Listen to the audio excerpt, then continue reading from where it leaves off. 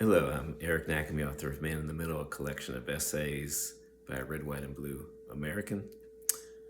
It's the holiday season, and just very briefly, I did want to mention that I'm having a book sale. The ebook is on sale for $4.76, and the paperback is $24.76.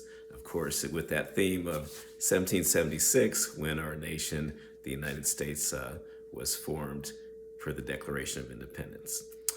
Today's topic that I want to talk about, in kind of keeping with the end of year tradition of thinking about what we've accomplished, what we haven't accomplished, and how we want to move forward in the new year, is to talk about where we're headed as a people, not just an American people, but in the world. Right now, things look, let's face it, they look bleak. Many families are having a hard time making ends meet with inflation. Too many neighborhoods have too much crime. People just don't feel safe. Our roadways too often don't feel safe with aggressive drivers. Our children are being bullied in school or over the internet with social media. And so we have a lot of work to do to improve the quality of everyone's life. When we look on a national scale, there's questioning of our leaders. President Biden just pardoned his son. Again, we talk about ethics in government, and I don't think the power to pardon should mean you have that ability to do that nilly-willy for your family. I don't agree with that. And then the incoming president, President Trump, seems to be selecting people for his cabinet who are overall just plain loyal to him, regardless of if they have the proper education, experience, or credentials to do the jobs.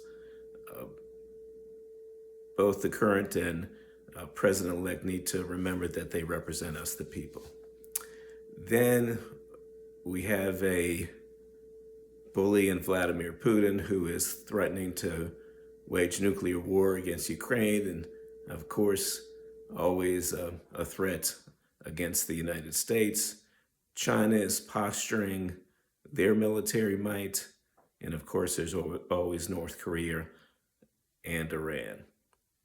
But with all this, all good people around the world need to come together and look at 2025 as an opportunity to move forward together to make everyday life better for all families, for all children. And we can do this. Whether you're religious or not religious, I do look at the story of Jesus, and there's always the question of what would Jesus do, as one of our moral foundations in Western civilization. Because Christianity, again, whether you believe it verbatim as a religious tradition or just as an ethical foundation, it teaches us that we must help those who are most in need, that we're called upon to do that. I also think as the days get shorter and we look at the winter solstice, it symbolizes the end of the darkness and that brighter days are ahead.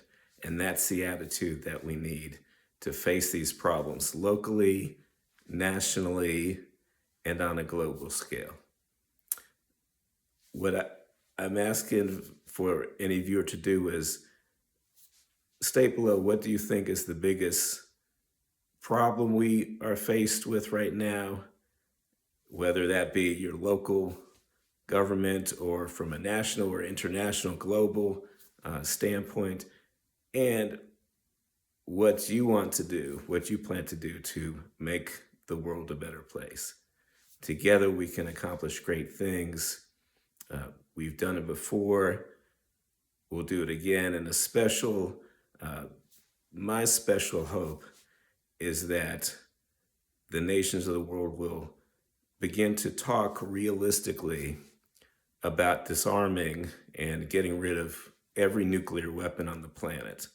I'm not a pacifist. We can have strong self-defense and weapons of mass destruction, but no nation should own these weapons that can absolutely, we have enough nuclear weapons now to annihilate the planet. I think it's several times over. Don't quote me on that, but I think I'm pretty close with that. We need to create a world for future generations that is safe and prosperous. Thanks so much. Have a Merry Christmas, Happy Hanukkah, Kwanzaa, or simply have a wonderful winter season. Be well.